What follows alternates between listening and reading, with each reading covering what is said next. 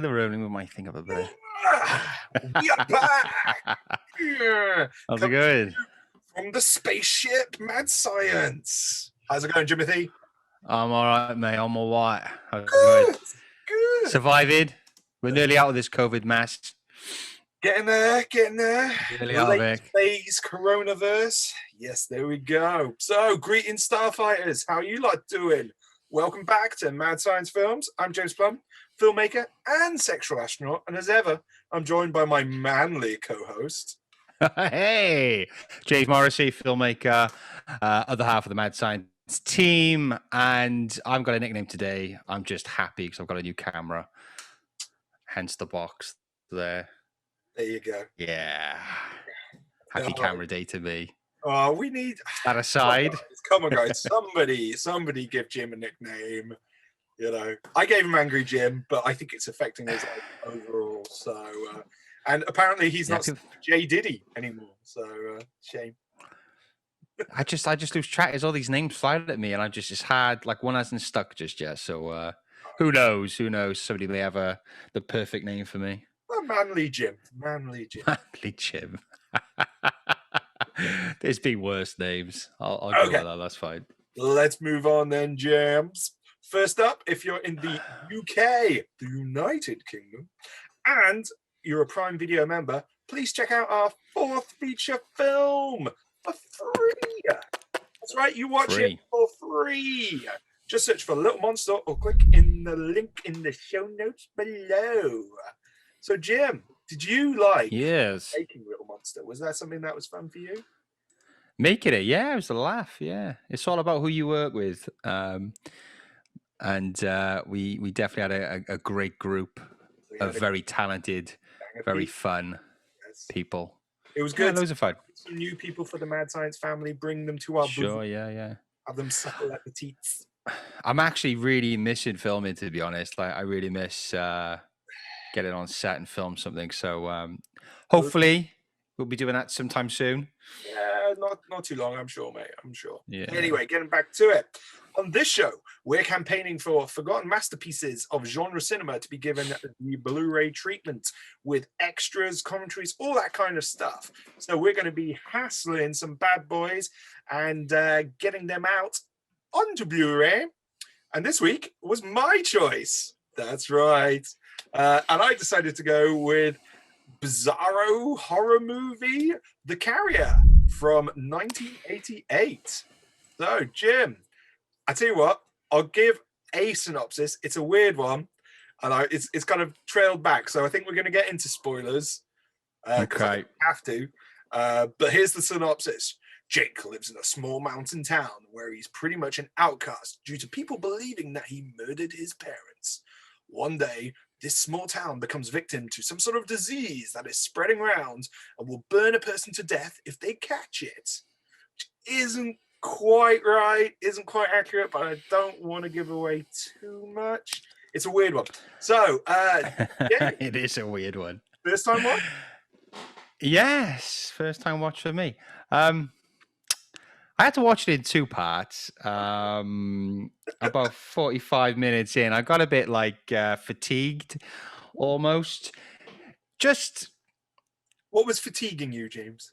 Just the storyline was a bit all over the place. Not very good at introducing anybody's fucking name. Doesn't help. I got Jake, and I'm like, well, who's this person? They've been in multiple scenes so far, and I haven't got a clue who this person really is, what their name is, what their relationship is to Jake or anybody else. So I found it quite fatiguing just to keep up with it, and then I kind of come back, and if I had to check where I left and when I came in, I've missed something here because on YouTube it literally picks up where you left off. Yes. And I thought, no, I've missed something because none of them about cats. Like, cat seems to be a thing now. So it just totally fucking lost me, and so I had to kind of switch the way I was looking at this film. Almost the second half of the film was just to go, this is just mental. And I'm not to try and find any kind of story. I'm just enjoying for the mentalness of it. Because if you look at it as a serious film with direction, script, acting, narrative, plots, subplots. It doesn't really do that. Ooh, it, okay. I'm going to I would say there's such the direction isn't that good. The script is terrible. The dialogue is pretty fucking.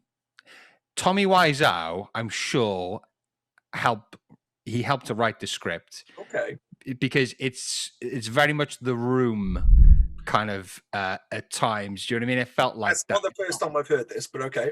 Yeah. Okay, yeah. It felt like that. It felt a bit. The characters didn't feel like they were actually acted by proper actors. They felt like friends thrown into the mix. And here's a script. The dialogue was not even questioned at all during the making of this film, because some of the lines in it were just like, what did he just say?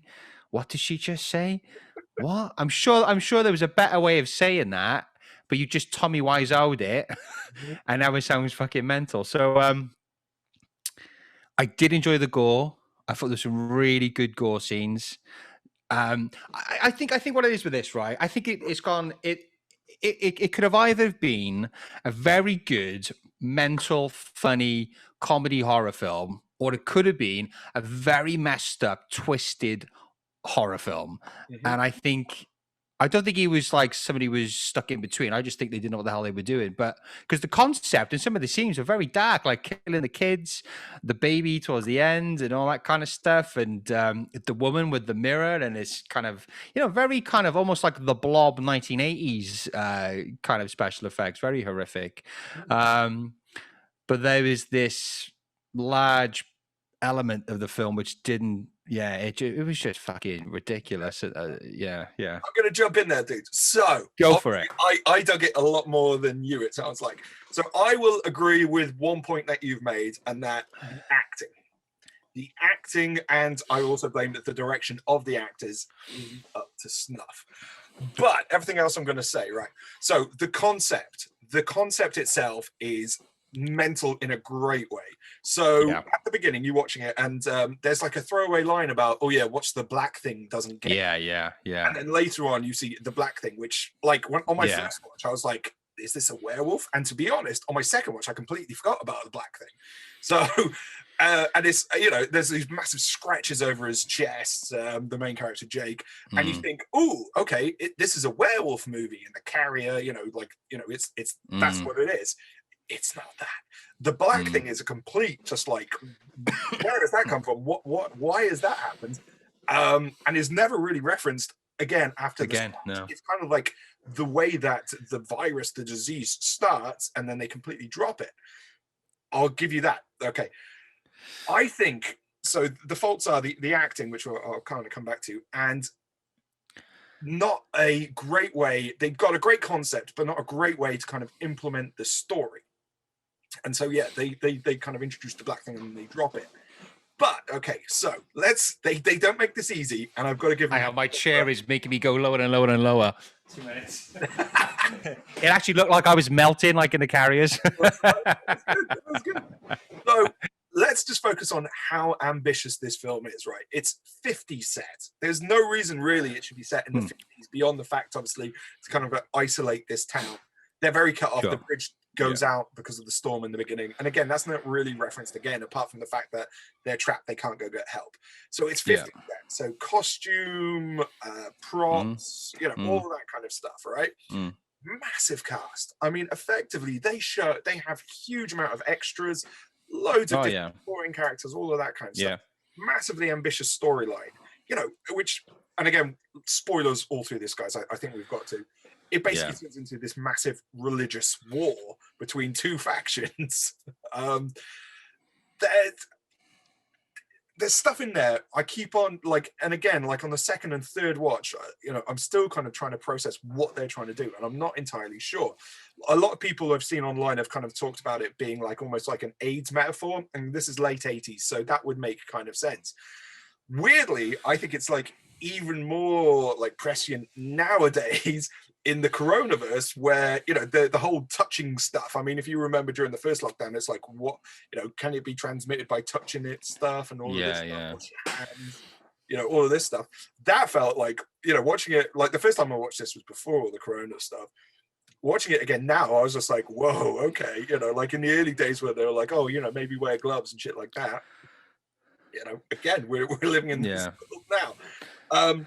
Yeah, I agree, Jim. I think, unfortunately, the director had this. I mean, it was written, directed, and produced by the same guy.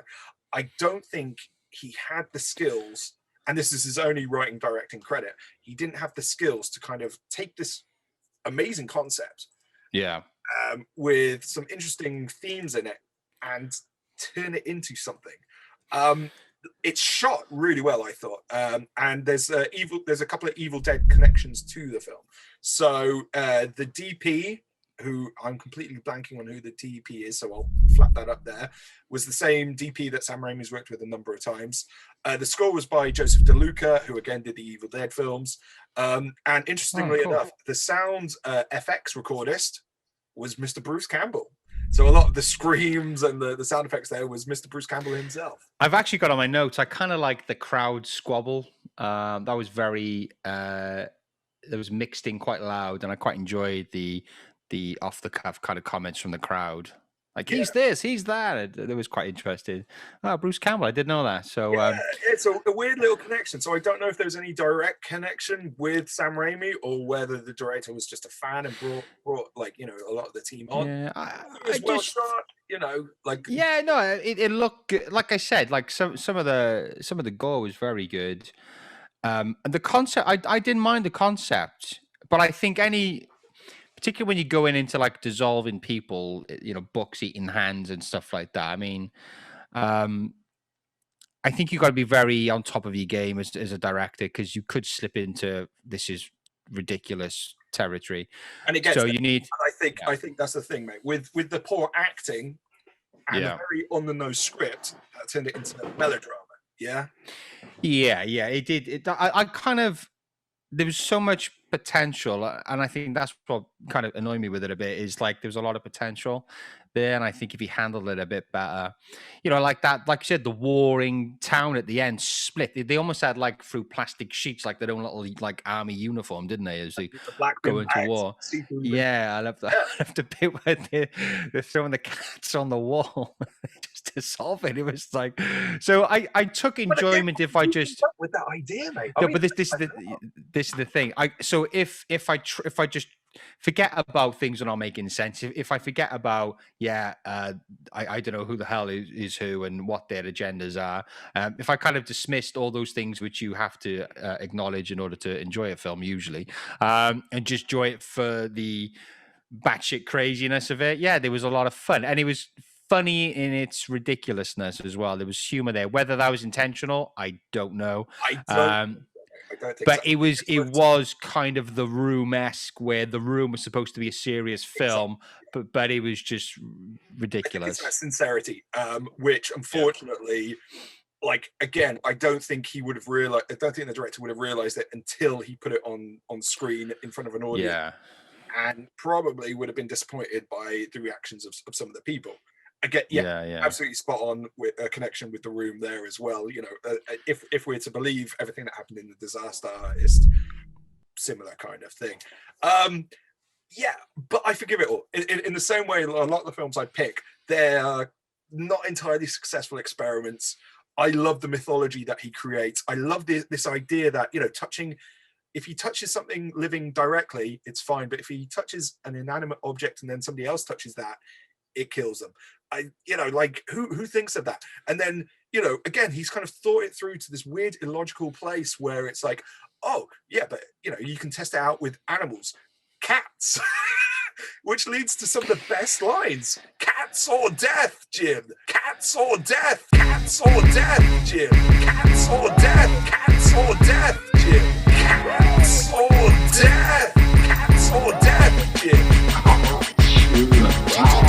Yeah, I know. I was, because like I said, I kind of stopped watching it because I was like, let's just take a breather now. And then when I pressed play, I was like, what have I missed here? What's for the cats? Again, you're in the 50s, and then suddenly everybody's wearing bin bags.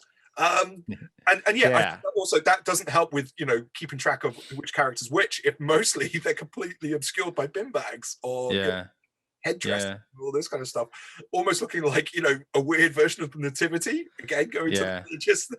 I don't know. And it was just absolutely batshit crazy. And I think if you're looking to kind of pull apart a film and enjoy a mental horror film with good special effects, then definitely check it out. I think knowing what you're going into, perhaps maybe a second time round, I might enjoy it a bit more just because I'm prepared to be lost. I don't know, but it is definitely one of those ones to watch. Unlike say Child of the Peach, where you can just kind of just let it wash over you. This one, like there is supposed to be a serious message, and it's sometimes because of the acting and because of the script, it might be a struggle to connect with that. And I think that's why, it won't be a great drunken like movie or whatever, because there's actually stuff going on. And like I said, I think I saw this at like 2 a.m. first time I caught it, and I was just like, what is that? And I remember not because I was trying to process it all. I did it, and maybe you're right, maybe you should watch it in 2 sections. It gets even worse, I think. Your message to me, mate, your message to me was, I've watched half of it, I needed a break, it was a lot. And I'm like, you're right, it is a lot. There's a lot going on there. Compared to a normal film, there's about enough concepts for about like 5 or 6 films that they're jammed into one movie. Yeah, because was this made for TV at all at any point? Because it had a TV vibe to it. It did I just think that, exactly like you said, mate, I suspect that's like local actors and friends. No, it was a complete indie production. Do you know what? I think this could have made a very good fucked up Outer Limits or some kind of TV show. Do you know what I mean? Like an isolated episode. I totally get I think if they condensed it down and just really just fleshed out a few of the characters, kept it minimal, but kept that concept, kept the horror, kept the special effects, I think it could have been a very good TV episode of something. But I think you're right, mate. I mean, again, I think ending, the bit where they're all surrounding him. Like, touch the wall, Jake. And then they all touch the wall, Jake. Come on, Jake. Ready? On 3, 3, 2, 1. Touch the wall, Jake. It was that was like what? just. But they, to the camera as well. It's so close to being, in my head, so close to being a masterpiece, but let down. But I think that's the thing. Like, I think if he was able to just focus, if he was aware of the dialogue, of the poor acting, and just found a way around it, or just casted better, or just had a rewrite or something, just to kind of really tighten that script and the performances, I think you're right. I think it could have been something really fucking cool, something which we probably would have remembered had been happening on about now to this day. Exactly, mate. But for a first film, and again, I mean, directing those huge crowd scenes, hats off to him. And again, he hasn't made this easy, like, because of like the level of ambition, like a 50 set, massive cast, batshit crazy concepts, lead actors mostly being like obscured, so you couldn't tell who was who. He's made it so difficult for him to succeed. Which, I mean, it was almost impossible for him to succeed. There was a few things I think he could have done to make it easier. But wow. Wow, indeed. No, it was the thing to do, mate, is try watch it at 2 a.m. in one go. Oh, fucking hell. No, I was I wouldn't say I hated it. I got annoyed with it at times. And I did, like I said, I got fatigued halfway through. But I think I needed that break to kind of switch around my approach to it, which I did. So the second half, although it was like, I still don't know what's going on really. But there was a lot more enjoyment. I was just like, the same way I always watch, I keep saying it, but The Room, the same way I'd watch that now. Like, I'm not expecting a good plot, good acting. I'm just going to enjoy it for what it is. Some crazy rich guy makes a film, and this is what he's come up with.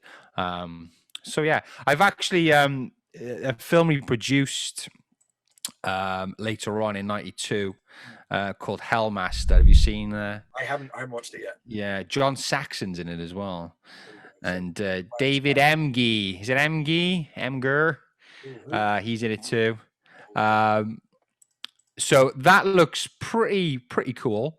Okay, we might have to check that one out then, dude. Yeah, that looks pretty cool. But again, he's only produced it, but maybe he's more in. Maybe he should be doing more producing rather than writing, directing. I think writing and then letting somebody else direct his work maybe might be the way to go as well. But okay, we'll check out. Yeah. So okay, so this did have a out of print American Blu-ray, so that exists out there.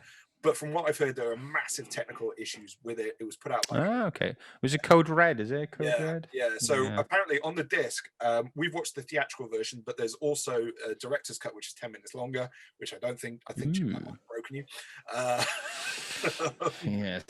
But apparently there's issues with both cuts. So I think in the theatrical cuts, the image and audio end up out of sync, and the director's cut, from what I understand, I think they kind of DNR'd it, so it all looked at me. It doesn't look how it was intended to look, and I think they letterboxed it as well, which again. Okay.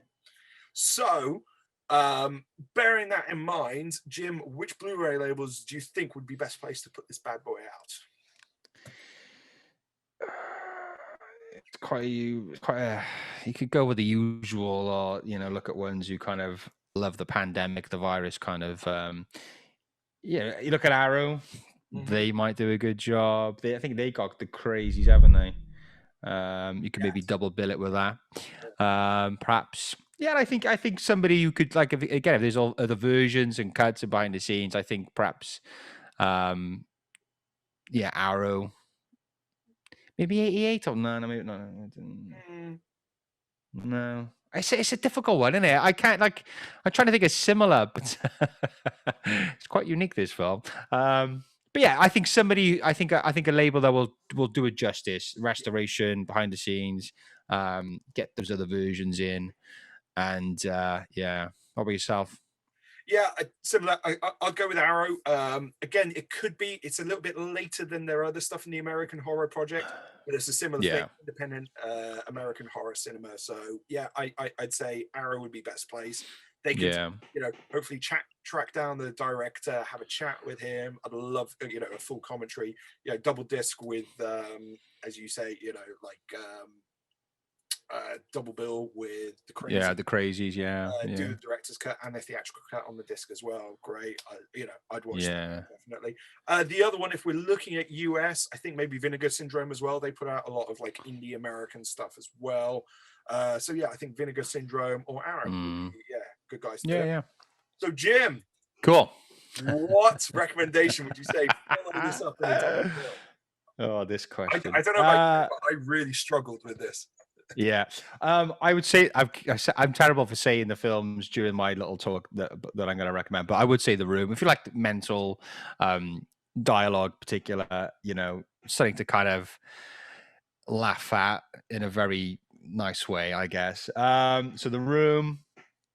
We got The Carrier, 2015, if you want to see a film with a similar name, to do with a global pandemic, but it's on a plane. So virus spreading, all that kind of shit, but on a plane. And I've gone for The Crazies, maybe more the remake, just to, a town in turmoil with crazy shit going on. So, yeah, something similar to that. Bit of a stretch. It is a unique one, this one. Yeah, I did struggle. I really struggled. It was only this morning I kind of came up with them. So... Again, I said The Room, but I don't want to do The Carrier the disservice of associating it. But I think in terms of having an overly sincere script with a cast that's not really up to selling it. So yes, I think those comparisons are right. And I'd go with the original Crazies rather than again, it just has that paranoia about, who can you trust, who is it? Town turning on itself and all of that. And I felt like the Doctor characters in both films were very similar as well. So cool. Very similar thing. So okay, guys, tell us, have you seen The Carrier? Has it changed you? Yes, it has. I recommend trying to watch it during the coronavirus as well, because honestly, it feels like a very different film. I'd love to have known if, like Jim, what your thoughts would have been it before, and then having to rewatch it, if you would rewatch it. Would you rewatch it, Jim? Maybe. Maybe. Maybe one day. Cool. If there's nothing else on. What films do you think would go well in a cheese and wine scenario? You know, The Carrier and what other film? Let us know in the comments. Let us know if there's any other batshit crazy films out there that you think need the Blu-ray treatment. And Jim, what else can these peeps do? All right, people, if you like this video, then please smash that like button. If you've been enjoying the Mad Science content, then why not subscribe to our channel and follow us on Facebook? If you have any comments or suggestions, then leave those in the comment section down below. Thank you and goodbye. Au revoir.